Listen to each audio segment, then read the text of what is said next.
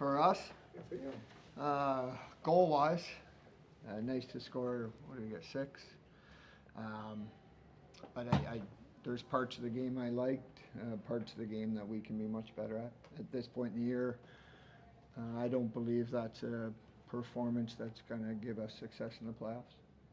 But at this point right now, for the game that it was, we'll take the results. Did you guys gear for this kind of slow start, kind of work your way to this point, that you wanted to peak at the right time? There are only 24 games, but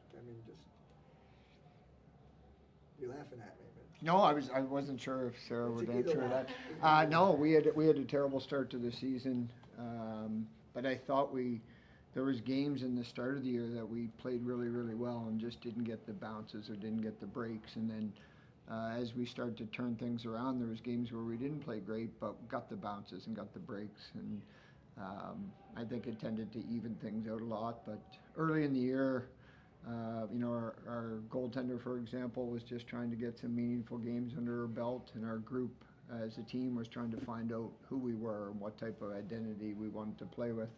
And as we sorted those things out, good things start to happen for this group, and I think good things will continue to happen for this group.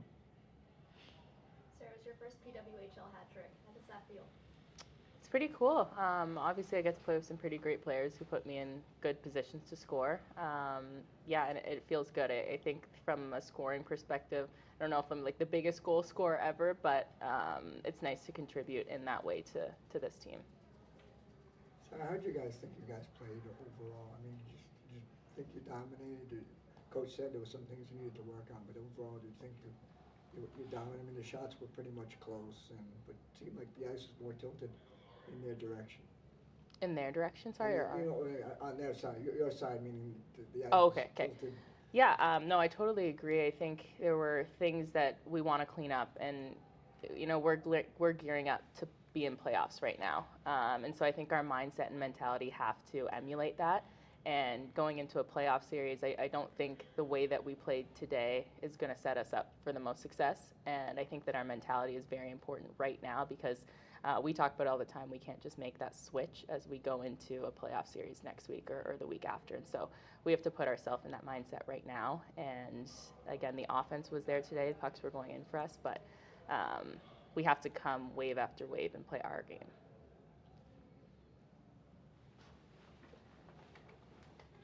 Another question I have. How about this year? What you thought about the whole situation and just the way the league is run and the way things have gone on for you guys? I've been pleasantly surprised being able to play in different situations, in different arenas, in different locations. I didn't know coming into the season how everything was going to be, how professional it was, but being able to speak to the leadership with the PWHL, the investment group, their word was professionalism. And so whenever we come into arenas like this, that is at the forefront. The way that we are treated is professional. The staff is professional. And so I've been definitely pleasantly surprised and understanding that this is year one and it's only going to continue to get better. I think the support from the fans and everybody throughout not only North America, but really worldwide. Like I'll get messages from people who say they're watching in Australia, and I think that's just so cool. The reach and the accessibility of our game. So huge credit to the league and what they've been able to do in really 6, 8, 12 months. So very happy. Sarah, obviously huge win and the hat trick, but does this give you any confidence going into a playoff series, your first playoff series in the PWHL? Does it give you any kind of spark to move into a kind of different style of hockey, obviously coming out of the regular season, but is there any kind of jolt of energy that you get from a performance like this? I think that going into this playoffs, like our group, we really should have the confidence. Like we've gone through this season, we've kind of managed those ups and downs. We started on a bit of a low and have been able to steadily incline. And I think throughout the playoff series, we want to continue to go up. I don't think we ever want to hit a ceiling. We talk about it all the time. We don't want to hit that ceiling. We want to continue to get better. And so that we can be the best possible hockey team, represent our city to the best of our ability, and ultimately be successful at the end. Thank you. When did that start, that uphill battle? When did you think you guys got it or started to feel that you were confident in your games? I think for me, one moment this season that stuck out, our game against Boston, we were playing at Mattamy, and we ended up losing 2-1, I believe. And that game for us, that was like a backbreaker because we played a really, really good hockey game, and we were looking up. We'd come from a bit of a losing streak, and after that game, we were like, we know how good we are. We know how we can play. And I'm pretty sure the next game we ended up winning, and we started that winning streak that we were on. But we've had just so much confidence in the way that we play and the willingness to do things that other teams aren't willing to do. And I think that's a huge part of our identity. And I think that the group has bought into that. What are the things that you're willing to do? What does the team do? It's those little things in game.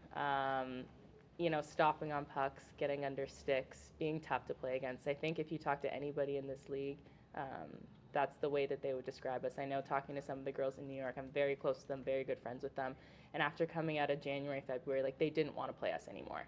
And I take that as the biggest compliment to our group because at the end of the day, that's what you want. You want a team to look at you and say, oh man, we've got to play Toronto today.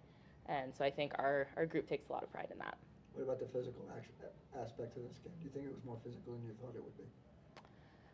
You know, no. There were moments of physicality. I think that we've had more physical games for sure. But again, I think that's a real strength to us. We talk a lot about our special teams and our penalty kill and being able to handle those situations. And we want to be tough to play against. We want people to not want to go into corners against us. And so we have a lot of confidence in our special teams to allow us to play physical. And Sarah, you're one of the faces of hockey globally, and you played a vital role in this league's existence. When you see a team like New York struggling, both in the standings and in the stands, getting fans in seats, what are some solutions for a team like New York, in your opinion, to improve multiple dimensions and for like a league standpoint as well? Yeah, it's hard, obviously.